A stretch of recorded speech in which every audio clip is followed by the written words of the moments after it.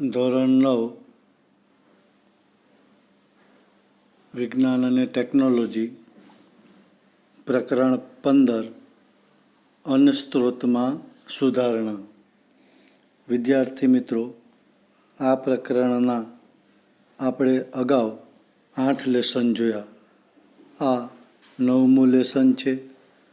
એમાં અગાઉ આપણે મત્સ્ય સંવર્ધન, મરઘા પાલન આ બધું આપણે જોયું. આજે આપણે જોવાનું છે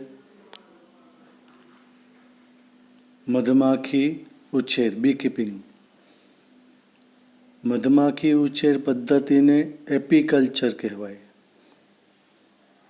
મધમાખીમાંથી મધ, મીણ, દવા આ બધું બને. તે મોટા પાયે કોટેજ ઉદ્યોગમાં પણ હાથ ધરવામાં આવે.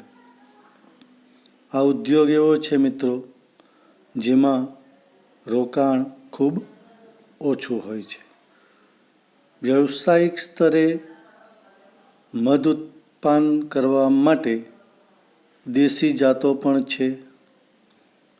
એક ભારતીય મધમાખી છે જેને એપિસ સેરેના ઇન્ડિકા કહેવાય. બીજી છે એપિસ ડોર્સાટા જેને પર્વતીય મધમાખી તરીકે ઓળખવામાં આવે છે. અને ત્રીજી છે એપિસ ફ્લોરી, લિટલ મધમાખી છે. અને એક છે જે વધુ મધ આપતી છે તે એપિસ મેલિફેરા જે ઇટાલિયન મધમાખી છે. એનો ઉપયોગ વધુ મધ મેળવવા માટે થાય. એપિસ મેલિફેરાનો ઉપયોગ મધના ઉત્પાદન વધારવા માટે. આ મધમાખી છે એ ડંખ ઓછા મારે છે. તે નિર્ધારિત મધપુડાઓમાં ઘણા સમય સુધી રહે છે. પ્રજનન તીવ્રતાથી કરે છે એટલે સંખ્યા દર પણ વધે અને મધ એકત્ર કરવાની ક્ષમતા પણ તેમાં વધારે છે. એટલે મધમાખી ઉછેરમાં મોટે ભાગે એપિસ મેલિફેરા એટલે કે ઇટાલિયન મધમાખીનો ઉપયોગ થાય છે. એપિયરીસ, એપિયરી એટલે મધુવાટિકા, મધમાખી ફાર્મ.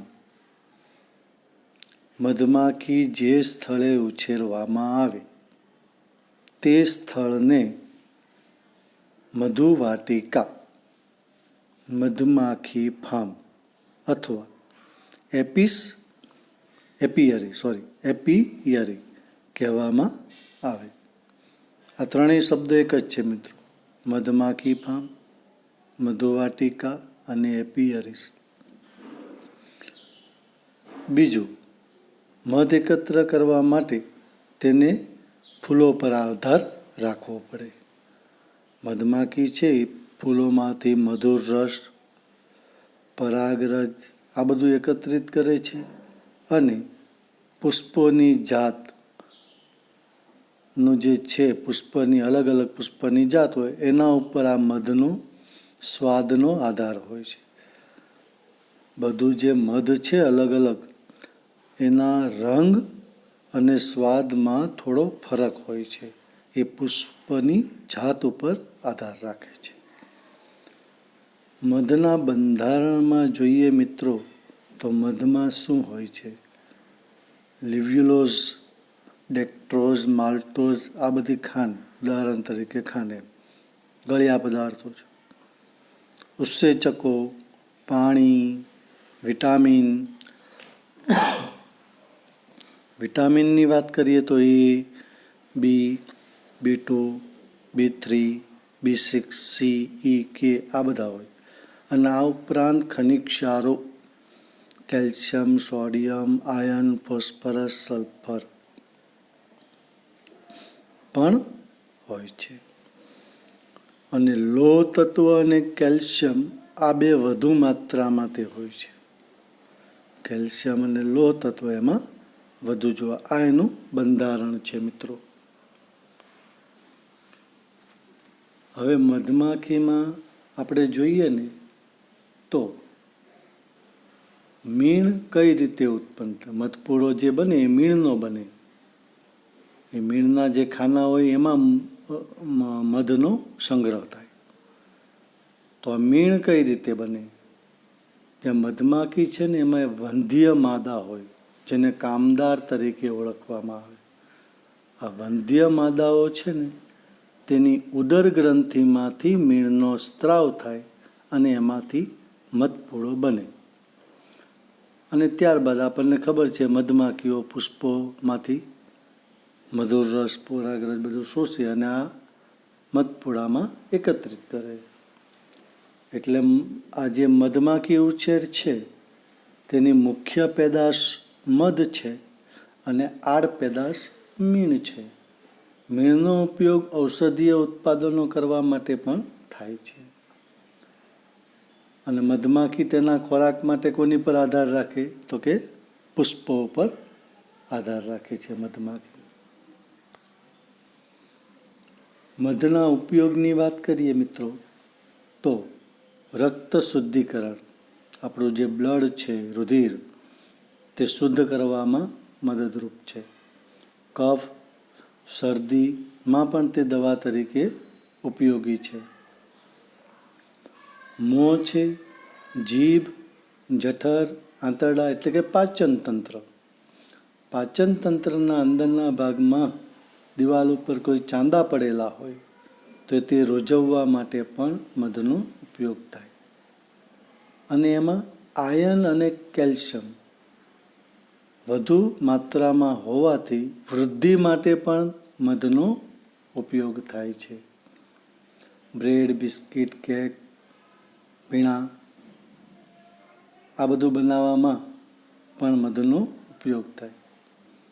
મોટા પાયે જીવાણુના સંવર્ધન માટે પ્રયોગશાળામાં માધ્યમ તરીકે પણ મધનો, જેમાં માધ્યમ તરીકે મધ લેવામાં આવે અને એમાં આ બેક્ટેરિયાનો ઉછેર કરી અને પછી બેક્ટેરિયામાંથી જુદી જુદી પ્રકારની રસીઓ છે એનો જે ઉપયોગ કરવામાં આવે.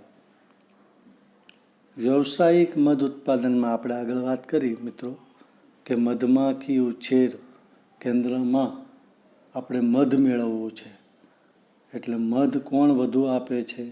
તો કે ઇટાલિયન મધમાખી એપિસ મેલિફેરા, એનો સામાન્ય રીતે ઉપયોગ કરવામાં આવે છે. વ્યવસાયિક મધ ઉત્પાદનમાં ઇટાલીની મધમાખીનો સામાન્યતઃ ઉપયોગ કરવામાં આવે છે. આગળ જોયું આપણે મિત્રો કે આ મધમાખી ડંખ ઓછા મારે છે. મધપૂડામાં ઘણા સમય સુધી તે રહે છે. પ્રજનન તીવ્રતાથી કરે છે અને મધ એકત્ર કરવાની ક્ષમતા તેનામાં વધુ છે. તો સીધી વાત છે કે મધ એકત્રિત કરવાની ક્ષમતા એનું વધુ હોય તો આપણને વધુ મધ મળવાનું છે. એટલે મધ ઉત્પાદન માટે મધુવાટિકા કે મધમાખી ફાર્મ, જેને આપણે એપિયરી કહેતા, આ તૈયાર કરવામાં આ મધમાખીનો વધુ ઉપયોગ થાય છે. તો ઘણીવાર MCQમાં પણ પૂછે આપણને મિત્રો કે વધુ મધ મેળવવા માટે મધમાખીની કઈ જાતનો ઉપયોગ કરવામાં આવે? એપિસ મેલિફેરા, ઇટાલિયન મધમાખી. તો મિત્રો આપણે આ પાઠમાં કુલ 9 લેસન જોયા. એમાં આગળનો જે આપણો પાઠ હતો એમાં વનસ્પતિ વિશે હતું, પછી પ્રાણીઓ વિશે હતું. તો આગળ પણ હું તમને કહી ગયો કે કયા કયા પ્રશ્નો અગત્યના છે. એમ અહીંયા મરઘા પાલન છે, મત્સ્ય પાલન છે, પછી આ મધુમક્ષિકા પાલન છે. આ જે આ 3 ટૂંકનોંધ છે એમાંથી પણ એક ટૂંકનોંધ પૂછાઈ શકે. તો આ રીતે મિત્રો જે રીતે આપણે અહીંયા લેસન લેવામાં આવે તે રીતે તમારે નોટ પણ લખતી રહેવાની છે. અને આ પ્રમાણે વ્યવસ્થિત નોટ બનાવી અને પછી જ્યારે સ્કૂલ ચાલુ થાય ત્યારે બતાવવાની પણ છે. એટલે મિત્રો વ્યવસ્થિત નોટ બનાવશો. Thank you.